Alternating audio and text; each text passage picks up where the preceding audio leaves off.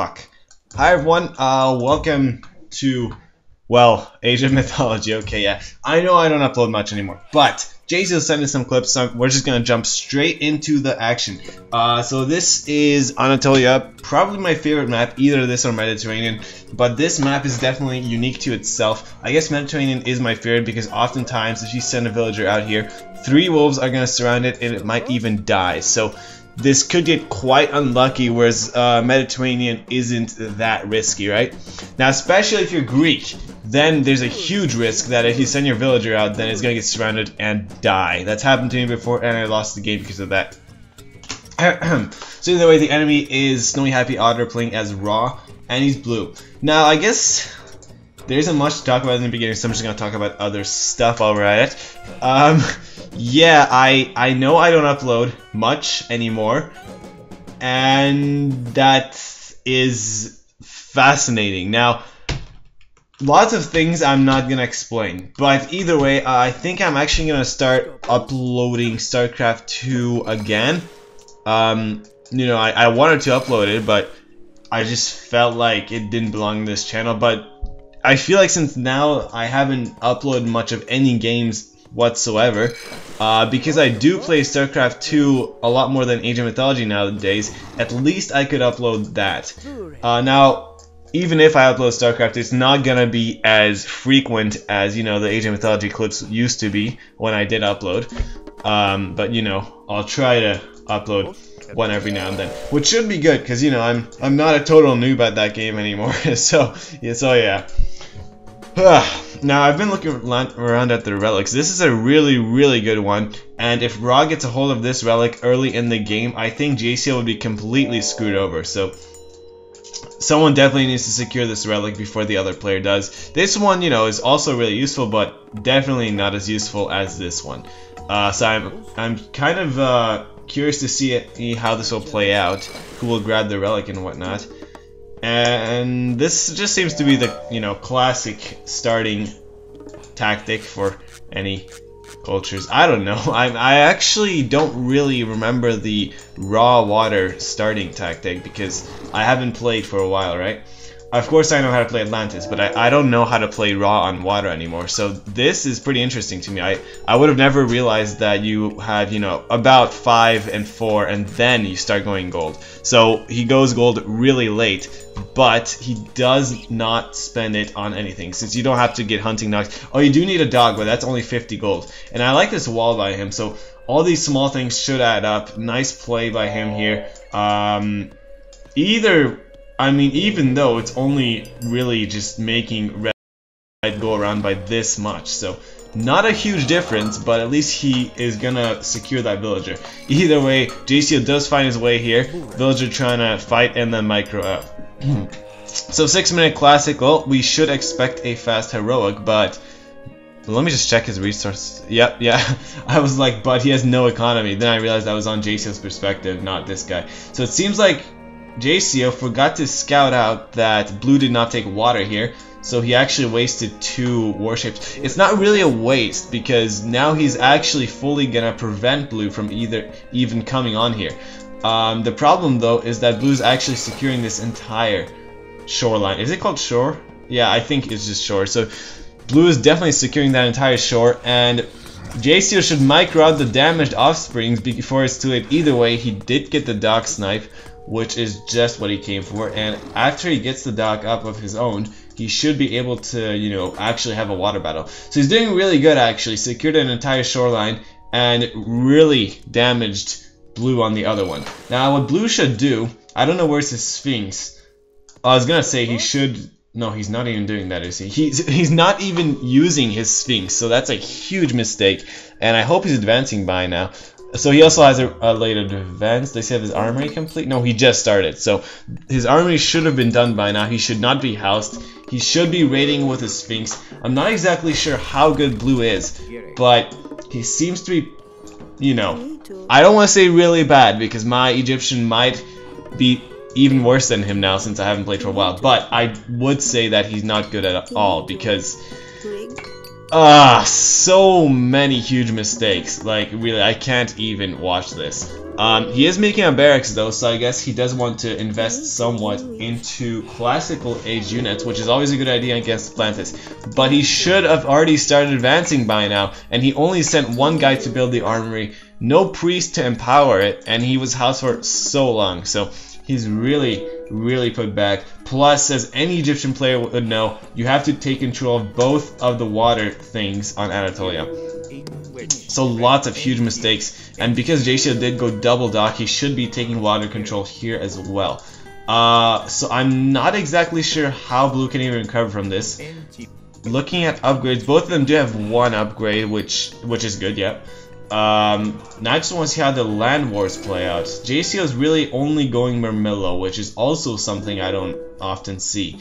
You know, normally I'd see Murmillo and Terma, but never pure Murmillo. So this is interesting. If he goes Axeman, which he's not, but if he were to go Axeman, then Blue would really rape Jasio. Now, I'm curious to see if he even knows that Jasio has his army here, because his thought process might be that Jason's gonna raid with Terma, so Red's gonna come with Terma, and he's already making the counteract to that, but Red is actually mind gaming him, forcing him to make Spearmen, whereas he has no units. No, I'm going too far, guys, because as everyone should know, he should have obelisks spread around the map, so he knows exactly what's coming, but because he didn't do that, he made a huge mistake and he's making Spearmen, not Axemen.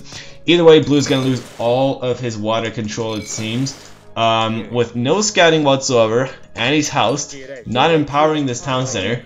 He's going with 2 builders. So I'm really not sure anymore what this is, this game, this entire game. I think Jasio told me to upload this as a Noob Stars series, but I can't upload it as a Noob Stars series if he's not a noob himself, but he's versing a noob. That's unfair, right? So I don't want to upload a game like that, but I'd say Blue is, what's his rating? I'd say he's 1600, flat. He's definitely under 1650, that's guaranteed. He's nowhere near 1650, but 1600 might be pretty accurate. I'd say he is 1600. Lacking quite a few things though, like he didn't house, he didn't... Yeah, he should have already finished the walling around his towers by now. And you know, not empowering this. I don't know, he might even be under 1600. No micro there, losing myth.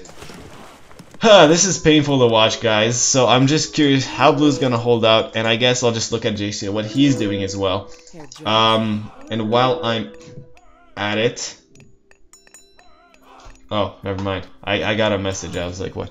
Alright, so Blue did get a second town center up. He should be looping his villagers from both of them and try to get a good economy, which he's not doing. He should really be looping villagers here, and then he could at least catch up in economy.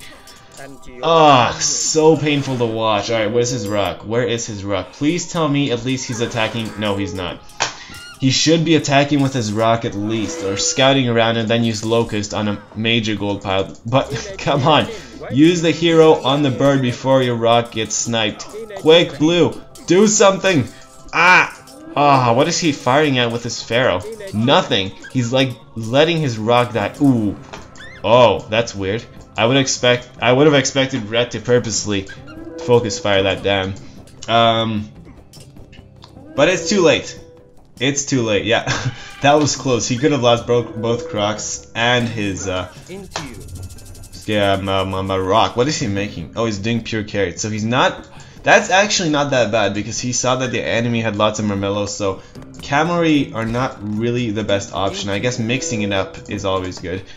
Wait a minute, he's raw. So cavalry are a good option after all because they have a speed bonus. Oh, all of them have... I forgot it's not only cavalry, it's all the mid-goal units. That's pretty OP. Yeah, that's pretty good. I see why people play raw now. This is how little I remembered of the game. Now finally, he did loop all his villagers though, so... Using a Pharaoh on here. Oh, he should be able to get this up. Only a few archers firing this down with Murmillo assistance, so it's really not building, but it's really not being prevented either. Now, if this Pharaoh gets sniped by the archers, which is exactly what Red wants to do, then this will get denied. But Red is really not playing here. Oh, finally, yeah, I was gonna say, you're not supposed to use arrow fire against buildings. That's almost always a bad idea. The only time being that's a good idea is if you have flaming arrows. Now this is really weird. I barely see any villagers by blue, and no upgrades, like really no upgrades. At this point in the game he should have lots of upgrades. Jasio is somewhat lacking upgrades, but no problem since he has full water control, so it's not as bad. Either way though, you know, this is like these types of games surprise me because blue walled this small area off, which a noob would have not done, but at the same time he made so many mistakes that he shouldn't have, that I'm assuming he's a noob, right? So it's really weird. Now this is pretty good. Red actually went to the Mythic age already, so that's pretty good. He can send 2 armies, one of them here, or just a scout in the back, and wait, where's the mid-goal? He needs to use the Tartarian Gate on the mid-goal and attack in the exact opposite angle at the same time. That's what I would do. That's what I would do if I were him. At the same time, taking more town centers would definitely be beneficial. It's weird though because he's actually attacking head-on. I know he's sending these guys to later on use Tartarian Gate, but he's attacking head-on into this defensive area. Not really the best idea in my opinion. Finally getting destroyers, but he is wasting lots of military. Either way, he did find the mid-goal. This is the perfect time to use the Tartarian Gate. Oh, what? He didn't use it on the mid-goal. That... What? I'm sorry, Jasio, what is this? Did he purposely make these mistakes? I'm really trying not to laugh, but what? That's, I don't even know, guys. If you saw that you could use the gate destroying 3 buildings or a mid-goal, would you pick the 3 buildings, the mid-goal, or would you pick neither of them and actually use it in between, saving all the buildings? Like, this is exactly what happened here. He didn't destroy the 3 buildings, which he could have. He didn't even destroy the mid-goal, and as a matter of fact, he just went in between, destroying 0 buildings. So that was... wow, just that one move could actually make him lose this entire game. Just that one mistake could make him lose the entire game. I'm not even kidding. So let's see how this plays out. He's still going heavy on Mermillo. I highly recommend that he should get shaft mining as soon as possible, and then the final upgrade for mining. Just basically get huge economy. So he does have idols here. Needs to take control of a few palaces and lots of fanatics. That's what I'd say. I don't think Mermillos are the best option because fanatics are basically the same unit but more elite, right? So if you're in the Mythic age, I don't recommend making Mermillo really. Tell me in the comments, because you know I haven't played for a while, maybe I don't know some stuff. Tell me in the comments when it would actually be beneficial to use Mermillo instead of fanatics. The only advantage I know is that Mermillo take 2 population, whereas fanatics take 3 populations. So that is the only advantage I can think of. But in my opinion, that's not even worth it to transition to Mermillos, right? So let's see what's going on here. Now Blue's making quite a good composition, but he's messing up on something. What is that? Oh, he didn't raid at all. Yeah, once again he's just attacking head on. Neither of these guys are really raiding or doing any back base harassment, so this is really a frontal battle. I guess I'm just trying to give some tips here.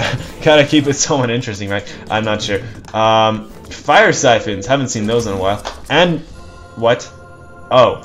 Oh, that escalated quickly. How did he?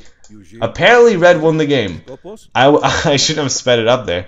Oh, he had no population and no economy. Okay, but I'm here to argue that Blue could have very easily taken that game after the Tartarian spawn failed. The Tartarian Gate positioning failed. So that was a really twisted game actually. At the beginning, you know, like Red was doing really good. That's where I realized that Blue was not actually a pro player. He was making so many mistakes. Definitely not a good player. But then, after the early game, Red started making huge mistakes too. So, like attacking head-on, no raiding, you know, that misusage, those were huge mistakes, and as well, not upgrading his economy. Whoop, I wrong-clicked. Yeah, he only upgraded tier 1, and we're 18 minutes in actually. So those were some major mistakes. So I guess neither of these players played the best possible. But what I can say is that it was still was it I don't even know, guys. I don't know what I'm saying anymore because I don't even know what I used to focus on specifically. I guess the reason why I wanted to make an Age of Mythology video is just to update you guys that I will be posting StarCraft 2 content. Yeah, so expect that. And if you guys play, you know, we could even play together. Or if you guys have never played the game, it's actually free to play. Like, that's a huge shocker, guys. You can actually just go type in StarCraft 2 on Google, click the first link, and then click download trial or whatever. And trial means you can actually play pretty much the whole game, excluding campaign, and you can only do one race out of the 3 races. But if you think about it, those are minimal exceptions. It's like you can play Age of Mythology for free when it comes out, but you are only allowed to play Zeus. Not Zeus, I mean Greek in general. Zeus, Hades, and Poseidon. So that's pretty much what it is like. So no campaign, and only Zeus, Hades, Poseidon. But you can play online any game, anytime you want. So it is free. So I do recommend for you guys to try it. But if you're a huge fan of Age of Mythology, I do not actually recommend for you to get into StarCraft 2 yet. Because it's hard to explain, but when I started, it felt really weird. And it's really hard to actually start enjoying that game compared to this because they're completely different. And I don't want to say anything positive or negative about either one right now, but all I'm saying is that they're completely different. So if you're a huge fan of Age of Mythology, I'm pretty sure you're gonna hate StarCraft 2 if you just start playing. But you know, if you're playing casually, just for fun, then I do recommend that you should also try StarCraft 2. It'd be pretty awesome. Either way, that's about it for now. And I'll see you guys next time.